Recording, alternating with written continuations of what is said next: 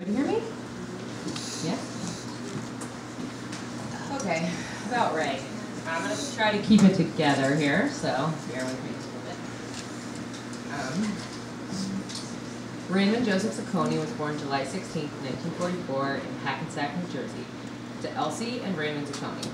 He grew up in Saddlebrook, New Jersey with his brother Glenn, many cousins, and a lot of friends.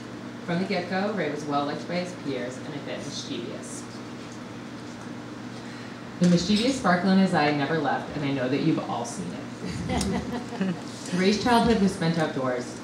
He loved catching fireflies and building forts in the woods, fishing and hunting with his dad, and going down the shore with his family. Ray also enjoyed playing sports, especially football in high school.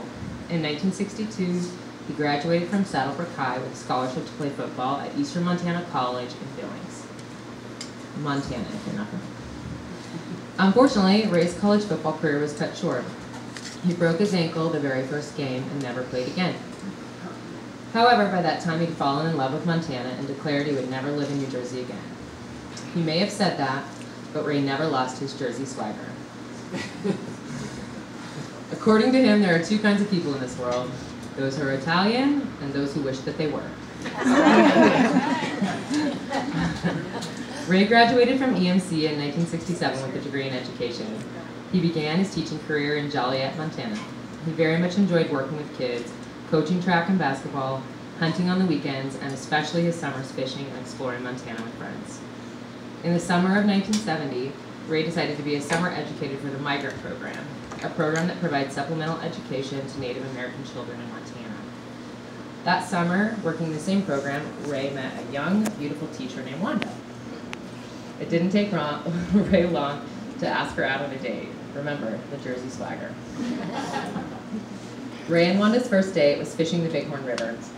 Now, we've never heard for sure, but the rumor is that Wanda outfished him that day. Ray and the love of his life were married on November 27, 1970 in Fort Benton, Montana. The next year, their first daughter, Alicia, was born. Shortly after, Ray and Wanda moved to Ballantyne and taught in Huntley Project. Many, many years later, their second daughter, Autumn, came along. We can see who wrote this, I think. The man who feared having a daughter got two. Dad was afraid he would have homely daughters. According to him, if you had a son and he was homely, he could get away with it easier than having a homely daughter. I think Alicia and I turned out all right. Sorry. In fact, I'm pretty sure Dad had second thoughts on that idea when boys started calling. In the early 80s, Ray changed careers to commercial refrigeration. Our family moved to Billings, and that is where we were raised. As a father, we had a damn good one. He raised us in a very fair, fun, attentive, and loving way. We grew up camping and fishing, boating and skiing, dancing and playing. Dad never missed a dance review, a high school halftime show that we performed in. As a family, we had some amazing vacations. The most memorable of those trips were back east to New Jersey and New York, holidays in Fort Benton, and going to Hawaii. In 1995, Alicia married Carrie Harding, and in 1998, Autumn married Christian Euland.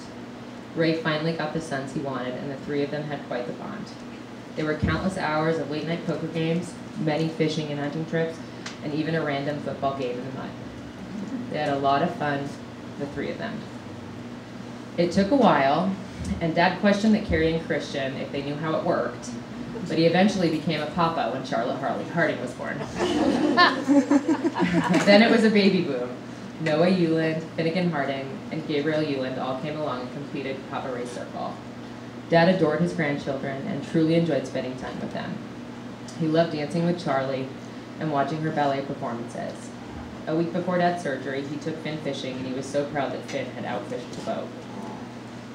Papa and Grandy took Noah on a solo trip to Disney World and Universal Studios in Florida. Noah will always treasure that trip. Gabe made Papa laugh no other. He loved talking Gabe and hearing about the funny things Gabe did.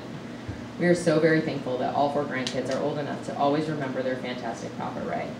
We are also very thankful for our family adventures, especially our vacations to Puerto Vallarta and the 4-day Smith River float for Dad's 70th birthday in Montana. Backtracking a bit, Ray and Wanda moved to Henderson in 1999. Dad was reluctant to leave Montana. He was going to miss his buddies in Montana and the lifestyle. We encouraged Dad to join a club to make new friends. During our first visit to my parents' new home, Dad was so proud to show me his new bumper sticker, which represented the club he had joined, the Nevada Striper Club. Spelling is not really my thing, and I thought it said something else. I told Dad that wasn't the type of club I had really had in mind. Dad laughed and laughed at that one. Ray spent many years competing in striped bass tournaments and making many new friends while part of that club. Ray and Wanda really began to enjoy their life in Nevada. There was so much to do. They danced at many concerts, saw a lot of shows, and enjoyed the theater. Dad had a lot of appreciation for music, the arts, and talented people. While Ray was still working, he used his vacation time to go on fishing and hunting trip with his buddies. Dad loved going back to Montana for hunting camp each year and organized many other trips as well. Some of the places Dad went with his friends were Alaska, Key West, and different areas in Mexico. As I'm sure you can all imagine, he had some great times with Butts. He was always the life of the party. Ray was a good friend to have, and he had a lot of friends that were good to him. After Ray and Wanda retired, they really started traveling together. People would ask me where my parents lived, and I would say, right now, all around the world. They traveled all over Mexico and sailed the Caribbean many times. The big trips they went on were to Australia, New Zealand, Chile, Argentina, Uruguay, Singapore, Thailand, Vietnam, and Hong Kong. They even had plans to travel to South Africa this September, and I really hope Mom still does. Dad adored our mom. He always thought of her as the most beautiful thing in the room. They had a lifelong marriage of 47 years. I read this quote and find it fitting. A happy marriage is about three things: memories of togetherness, forgiveness of mistakes, and a promise to never give up on each other. On April 25th, surrounded by love and listening to his favorite songs, Dad passed away. For the rest of our lives, memories of him are going to sneak out of our eyes and roll down our cheeks, because he truly was great, fun, and loving to so many. The best husband, dad, father-in-law, and papa, a favorite uncle and brother-in-law, and a true friend to many. He will be missed beyond words, but never forgotten. God bless you, Dad. I love you.